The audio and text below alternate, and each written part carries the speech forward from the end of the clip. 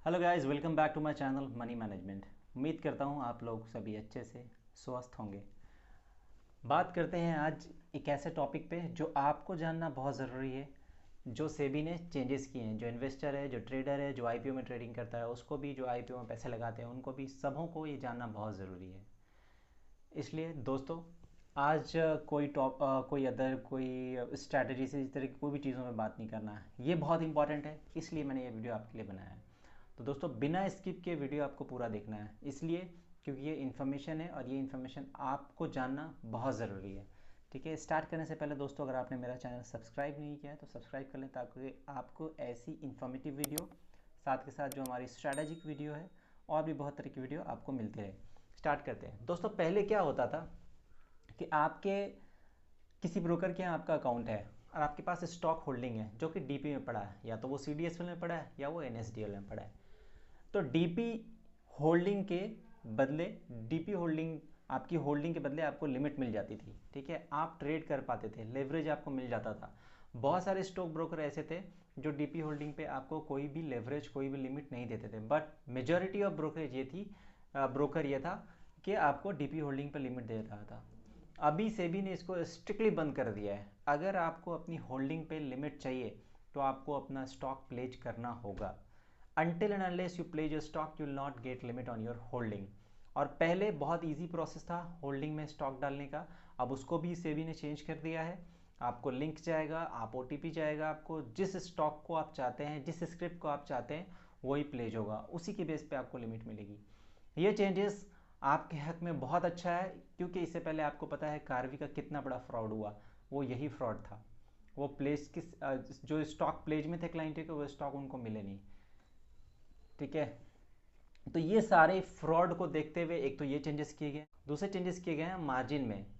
इसको आपको समझना बेहद ज़रूरी है। कैसे, मैं आपको क्लियर करता हूँ। कैश में कैसे काम होगा, फ्यूचर में कैसे काम होगा। पहली चीज़ इसमें ये है कि जो भी बंदा बीटीएसटी करता था, by today and cell tomorrow, cash में, कैश मार्केट में जो भी बीटीएसटी करता था, अब बीटीएसटी नहीं होगा। अगर आपको बीटीएसटी करना है तो आपको एडिशनल मार्जिन रखना होगा। सबसे पहले सेबी ने ये क्लियर कर दिया है कि आज जो स्टॉक आप परचेज कर रहे हो, कल तो आप उसको बेच नहीं सकते। अगर आप कल सेल कर देते हो तो वो सीएनसी में सेल नहीं होगा, नॉर्मल में सेल करना होगा, और उसके लिए आपको एडिशनल मार्जिन चाहिए होगा। लेट्स से कि आपके पास 5 लाख का, आपने 1 लाख का स्टॉक परचेज किया आज, और कल 1 लाख का स्टॉक उसी को आप बेचना चाहते हैं, जिसको बाई बीटीएसटी कहते हैं, बाई टुडे सेल टुमारो। 1-2 रुपये और 5 रुपये के प्रॉफिट में बेचते हैं, 10 रुपये का प्रॉफिट में बेचते हैं। तो 1 लाख का तो आपने, आपके पास कैश मार्जिन था तो 1 लाख का परचेस कर लिया। ठीक है, पर अगर आप कल बेचने जाएंगे तो आपको 20% एडिशनल मार्जिन देना होगा उसको सेल करने के लिए, अदरवाइज आपका स्टॉक सेल नहीं होगा। और ये भी सेलिंग में बता देता हूँ आपको कितना रिस्की है। सेबी ने क्लियर किया है, T+2, अनटिल एंड अनलेस आपका डिलीवरी कंफर्म ना हो जाए, आपको स्टॉक नहीं बेचना है। पहले भी बहुत बार ऐसा होता था, बीटीएसटी में परचेज शॉर्ट आता था और आप बेच के चले जाते थे। दूसरे दिन आपको शाम में पता चलता था कि आपका स्टॉक परचेज शॉर्ट हुआ है, तो आपने जो सेल किया उस पर आपको ऑक्शन लगता था और भारी पेनल्टी लगती थी। तो आपको ध्यान रखना है, आप जो भी स्टॉक बाई कर रहे हैं, अगर उसकी डिलीवरी कंफर्म हो जाती है तभी उसको आप सेल कीजिए, अदरवाइज आप नुकसान में रहेंगे। अगर स्टॉक ऑक्शन में चला गया तो भारी नुकसान लगने वाला है। तो एक तो आप चेंजेस समझ गए। पहले नॉर्मली ऑप्शन हो जाता है, पर नॉर्मली ये प्रॉब्लम नहीं होती थी कि आपने 1 लाख का स्टॉक आज बाई किया और कल बेचना चाह रहे हैं तो आपको 20% एडिशनल मार्जिन देना होगा। कोई मार्जिन नहीं, आपने आज जो बाई किया कल आराम से सीएनसी में बेच लो। तो ये एक बड़ा चेंजेस हुआ कि कल आपको बेचना है तो आपको 20%, 30% एडिशनल मार्जिन देना होगा। करेक्ट है। और जो पैसा आपका रिलीज होगा, लेट्स से कि आपने 1 लाख का कल बाई किया था, ठीक है, और 1 लाख का आज बेच दिया आपने, ठीक है, तो ये 1 लाख का बेच दिया तो डिलीवरी सेटलमेंट कितने दिन में होता है, T+2 में। जब ट्रेडिंग +2 डेज, T+2 किसको कहते हैं पता है ना, टी बोले तो ट्रेडिंग, आज जो आपने बाइंग सेलिंग करी है, और उसके बाद 2 वर्किंग डे। T+2 में जब ये पैसा क्लियर हो जाएगा, जब आपके लेजर में आएगा, तब उसको आप यूटिलाइज कर सकते हैं दूसरी बाइंग और दूसरी सेलिंग में। पहले कैसा होता था कि मेरे, मान लो कि मेरे पास 5 लाख की होल्डिंग है, ठीक है, 10 दिन पुरानी होल्डिंग है, आज मैंने 5 लाख की होल्डिंग बेच दी, तो आज के आज मेरे को लिमिट मिल जाती थी कि दूसरा 5 लाख का मैं स्टॉक बाई कर सकता हूँ, मैं एफओ में ट्रेडिंग कर सकता हूँ, मैं फ्यूचर ले सकता हूँ, ऑप्शन ले सकता हूँ। अब ऐसा नहीं होगा।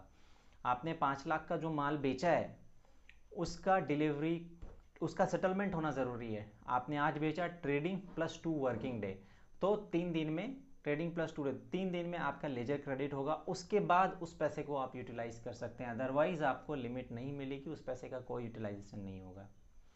ये एक बड़े चेंजेस है, आपको समझना है।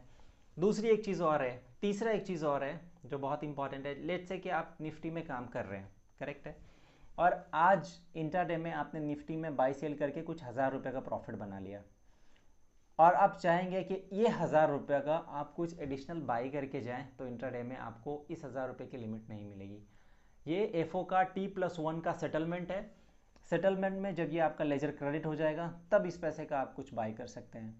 पहले वाला सिस्टम बिल्कुल चेंज कि 50,000 का मेरा M2M आ रहा है तो उस 50,000 का कुछ हम बाई करके चले जाएं, या 50,000 का मैंने प्रॉफिट बुक कर लिया है तो हम उसका दूसरा कुछ बाई करके चले जाएं। अनटिल एंड अनलेस सेटलमेंट जब तक नहीं हो जाता है तो एफओ का सेटलमेंट T+1 में होता है और डिलीवरी का सेटलमेंट T+2 में होता है। ये सभी लोग जानते हैं, जो नहीं जानते हैं वो समझ लें।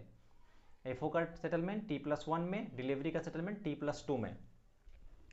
तो यहाँ पे चीज़ें वेरी क्लियर है कि आपने जो भी ट्रेडिंग की, जो भी प्रॉफिट हो रहा है ना, जब तक सेटलमेंट नहीं हो जाता उस पैसे को आप यूटिलाइज नहीं कर सकते हैं, करेक्ट है। डिलीवरी में भी ऐसा, पुराना स्टॉक बेचेंगे आप, जब तक उसकी सेटलमेंट कंफर्म नहीं हो जाएगी, जब तक सेटलमेंट डेट कंप्लीट नहीं हो जाएगा तब तक आप दूसरा बाइंग नहीं कर सकते। तो ये एक बहुत बड़ा चेंजेस है जिससे रिटेलर में उठापटक हो गया थोड़ा कि अब फर्दर वो काम कैसे करें, ठीक है। एक और बड़े चेंजेस हुए हैं, वो ये जो लोग आईपीओ लगाते हैं, मेरे ख्याल से सभी लोग आईपीओ लगाते हैं, जो नहीं लगाते हैं वो भी जान लें, जो लगाते हैं वो भी जान लें, जो फ्रेशर हैं उनको भी जानना ज़रूरी है। लेट्स से कि आपने आईपीओ लगाया, ठीक है, और आईपीओ का अलॉटमेंट आपको आ गया 14,000 कुछ का लगता है, 15,000 लेट्स से एग्जांपल ले लेते हैं। अब इस आईपीओ का स्टॉक अगर बहुत, क्योंकि हमने काम किया है बहुत सारे ब्रोकिंग हाउस में, तो देखता हूँ बहुत सारे क्लाइंट ऐसे हैं, कोई ट्रेडिंग नहीं करते, कोई इन्वेस्टमेंट नहीं करते, आईपीओ के टाइम में जगते हैं, आईपीओ लगाते हैं फिर सो जाते हैं। तो ऐसे बहुत सारे क्लाइंट हैं। अब ऐसे क्लाइंट जो हैं, ये जो रेगुलर काम करते हैं फिर भी आईपीओ लगाते हैं, अगर स्टॉक अलाउड हो गया, ठीक है, तो उस आईपीओ का अलॉटमेंट बेचने के लिए आपके अकाउंट में 20% मार्जिन अवेलेबल पहले से होना चाहिए, तभी आप बेच पाओगे, अदरवाइज नहीं बेच पाओगे। पहले कैसा होता था, आपके अकाउंट में ₹1 भी नहीं पड़ा है, आपने 6 महीने बाद आईपीओ आया, आपने आईपीओ लगा दिए, अलॉटमेंट मिल गया, ठीक है, दूसरे दिन आए सेल कर लिए। अब ऐसा नहीं होगा, आपने आईपीओ लगा दिया, अलॉटमेंट आ गया, 20% आपको पहले मार्जिन ट्रांसफ़र करना पड़ेगा ब्रोकर के पास, उसके बाद आप ये सेल पर जाएंगे, अदरवाइज स्टॉक सेल नहीं होगा।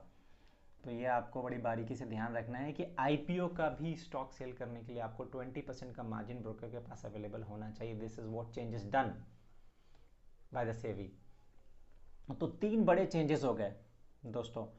एक तो आपने समझ लिया कि बीटीएसटी नहीं कर सकते, फिर मार्जिन सेटलमेंट कैसे होगा, T+2 वाला आपने समझ लिया, T+1 वाला समझ लिया, आईपीओ वाला समझ लिया। तो ये बड़े चेंजेस हुए हैं, इसको आपको समझना बहुत ज़रूरी है।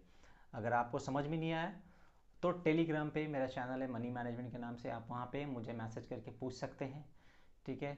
आप मुझे डायरेक्टली व्हाट्सएप भी कर सकते हैं, टेक्स्ट भी कर सकते हैं, कॉल भी कर सकते हैं, दोज आर ऑलवेज ओपन, ठीक है। ये 3 मेजर चेंजेस हुए हैं that you have to understand, you must understand अगर आप काम कर रहे हैं तो बाज़ार में। अदरवाइज ऑक्शन लगेगा, लिमिट नहीं मिलेगी, ब्रोकर से झगड़ा होगा, डीलर से झगड़ा होगा, यहाँ अकाउंट बंद करके वहाँ शिफ्ट कर देंगे, कहीं कुछ नहीं होने वाला, सब जगह सेम इम्प्लीमेंटेड है, ठीक है।